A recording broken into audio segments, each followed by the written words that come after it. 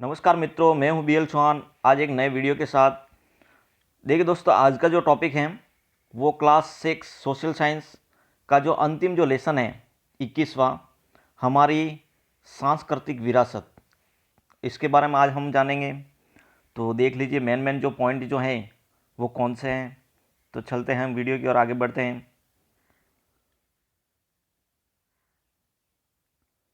पहला पॉइंट इसमें दे रखा है, हमारे राष्ट्रीय चिन्ह का उपयोग निम्नलिखित स्थानों पर होता है। हमारा राष्ट्रीय चिन्ह जो है उनका उपयोग कहाँ कहाँ पर होता है, तो देख लीजिए। भारत के राष्ट्रपति, उपराष्ट्रपति और राज्यपाल के जो लेटर पैड हैं, राष्ट्रपति, उपराष्ट्रपति और राज्यपाल के लेटर पैड पर, भारत की मुद्रा रुपया पर, भारत की जल थल वायुसेना की जो वेशभूषा होती है उन पर भारत का राष्ट्रीय चिन्ह लगाया जाता है। नेक्स्ट है,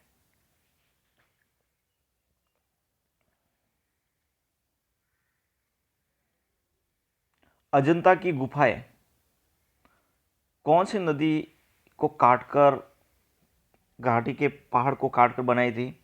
तो अजंता की गुफाएं जो हैं वो बागोरा नदी की घाटी के पहाड़ को काटकर बनाई गई थी, बागोरा नदी। नेक्स्ट है, अमरावती का स्तूप, अमरावती का स्तूप वर्तमान आंध्र प्रदेश जो है, आंध्र प्रदेश में कृष्णा नदी के तट पर स्थित अमरावती शहर में स्थित है। अमरावती का स्तूप स्तूप कहाँ पर स्थित है? आंध्र प्रदेश में कृष्णा नदी के तट पर अमरावती शहर में। नेक्स्ट है, आर्यभट्टीय ग्रंथ की रचना आर्यभट्ट ने की थी। आर्यभट्टीय ग्रंथ की रचना किसने की थी? आर्यभट्ट ने। नेक्स्ट है, चरक ने किस ग्रंथ की रचना की थी? तो चरक ने चरक संहिता नामक ग्रंथ की रचना की थी। नेक्स्ट है, भाग अ और भाग ब को सम्मिलित कीजिए। तो इसको भी थोड़ा आप ध्यान में रखना, भाग अ और भाग ब। तो जातक कथाएं, जातक कथाएं किससे संबंधित हैं? बुद्ध के पूर्व जन्म की कथाएं। संगम साहित्य किससे संबंधित है? तमिल भाषा में रचा साहित्य। छेया, छेया किसको कहते हैं? बिछोना। एक तो ये पॉइंट याद रखना है आपको, बिछोना का अर्थ क्या होता है या बिछोना का तात्पर्य क्या है? छेया। नाट्य जानते ही आप, नाटक, नर्तन, वही नाचना, नाच। तो इसमें ये आपको मुख्य रूप से ध्यान रखना है। नेक्स्ट है, चैत्य किससे संबंधित है? चैत्य किससे संबंधित है? ये ध्यान रखना, बोधों से संबंधित है। नेक्स्ट है, गांधार मूर्तिकला के शिल्पकार थे। गांधार मूर्तिकला के शिल्पकार थे। मोस्ट इंपॉर्टेंट प्रश्न है, यूनानी। गांधार मूर्तिकला के शिल्पकार कौन थे? यूनानी। नेक्स्ट है, कालिदास ने किस भाषा में काव्य रचना की थी? तो कालिदास ने संस्कृत भाषा में काव्य रचना की थी। नेक्स्ट है, रत्नावली की रचना की थी। तो रत्नावली की रचना किसने की थी? हर्ष ने की थी। हर्ष ने लिखी थी रत्नावली। नेक्स्ट है, पृथ्वी गोल है और वह अपनी धुरी पर घूमती है। ये सर्वप्रथम किसने बताया था? पृथ्वी गोल है और वह अपनी धुरी पर घूमती है, ये सर्वप्रथम किसने बताया था? ये बताया था आर्यभट्ट ने। नेक्स्ट है, रिक्त स्थानों की पूर्ति कीजिए। तो इसमें देख लीजिए, पहला जो है, स्तूप का शाब्दिक अर्थ क्या होता है? टीला होता है। स्तूप का शाब्दिक अर्थ क्या होता है? टीला। दूसरा है कि अवशेष भारतीय संग्रहालय कोलकाता में स्थापित हैं। तो भारहूत जो स्तूप है, देख लीजिए इसका आंसर, भारहूत स्तूप। कौन सा स्तूप? भारहूत स्तूप। मोस्ट इंपोर्टेंट पॉइंट है ये। भारहूत स्तूप के अवशेष भारतीय संग्रहालय कोलकाता में स्थापित है, ध्यान रखना है। सर्वप्रथम बुद्ध की मानव की मूर्तियां किस काल में बनी थी? कुषाण काल में। कौन से काल में? कुषाण काल में। सर्वप्रथम बुद्ध की मानव रूप में मूर्तियाँ कुषाण काल में बनी थी। रामायण की रचना किसने की थी?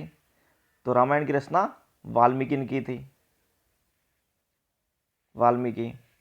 नेक्स्ट है 5वां, इलागरे आदिगल की रचना। तो इसका जो लेखक है वो है शिल्पादिकरम, तमिल। ये भी मोस्ट इंपॉर्टेंट है, शिल्पादिकरम।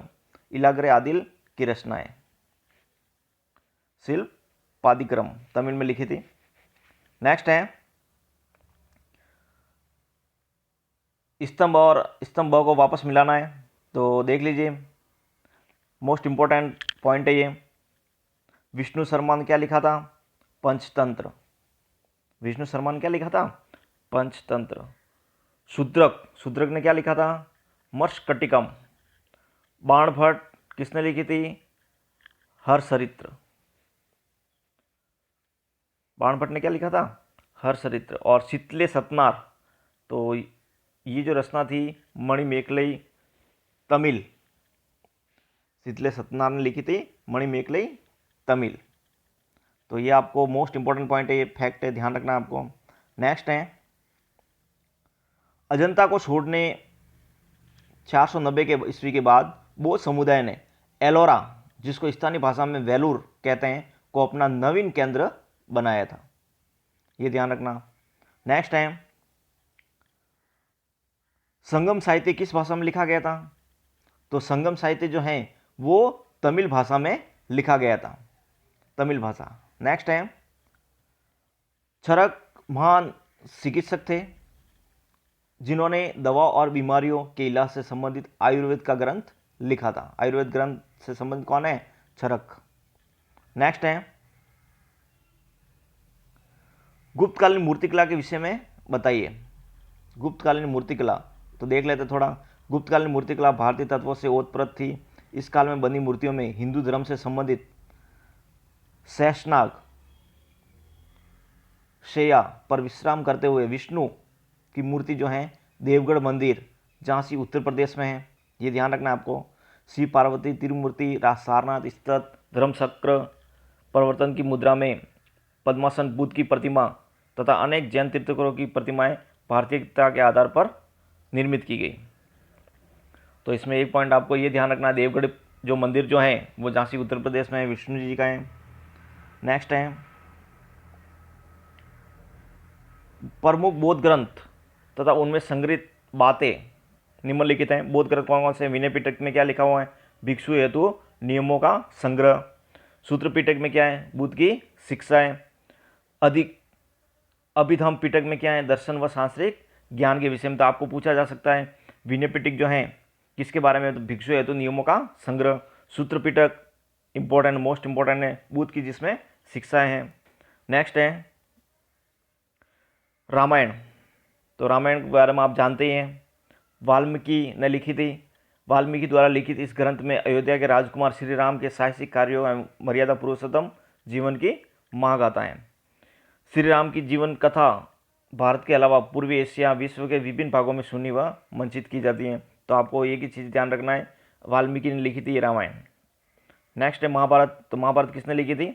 वेद व्यास ने। महाभारत किसने लिखी थी? वेद व्यास द्वारा रचित महाभारत में कुरु परिवार के मध्य लड़े युद्ध से संबंधित कथा है। महाभारत में ही कुरुक्षेत्र के युद्ध के मैदान में श्री कृष्ण द्वारा अर्जुन को दिए गए महान संदेश आज भी प्रासंगिक हैं। वे भगवत गीता के रूप में संग्रहित हैं। तो ये ध्यान रखना है। नेक्स्ट है साहित्यकार और रचनाएं। वापस एक बार देख लीजिए, विष्णु शर्मा क्या लिखी थी? पंचतंत्र। कालिदास ने कौन कौन सी रचनाएं लिखी थी? अभिज्ञान, शाकुंतलम, मेघदूत, ऋतुसार और कुमार संभव। ये थी कालिदास की रचनाएं। क्षुद्रक ने मर्षकटिकम और अमर सिंह ने लिखा था अमरकोश। अमर सिंह ने अमरकोश। सम्राट हर्ष ने रत्नावली, नागानंद और प्रियदर्शिका। रत्नावली, नागानंद और प्रियदर्शिका। लेकिन बाणभट्ट ने हर्षचरित्र लिखा था। इलांगरे आदिगल ने शिल्पादिकरम तमिल में इसकी रचना की थी। शीतले सतनार ने मणिमेखलई तमिल में लिखी थी। तो ये दोनों तमिल में हैं। तो ये अच्छी तरह से याद कर लेना, रट लेना इनको तो। और ये थे 6 क्लास के जो पूरी जो किताब जो है मैंने कवर कर दी है। सभी वीडियो नीचे डिस्क्रिप्शन बॉक्स के अंदर आपको मिल जाएंगे। मिलते हैं एक नेक्स्ट वीडियो में एक नए टॉपिक के साथ। जय हिंद, जय भारत।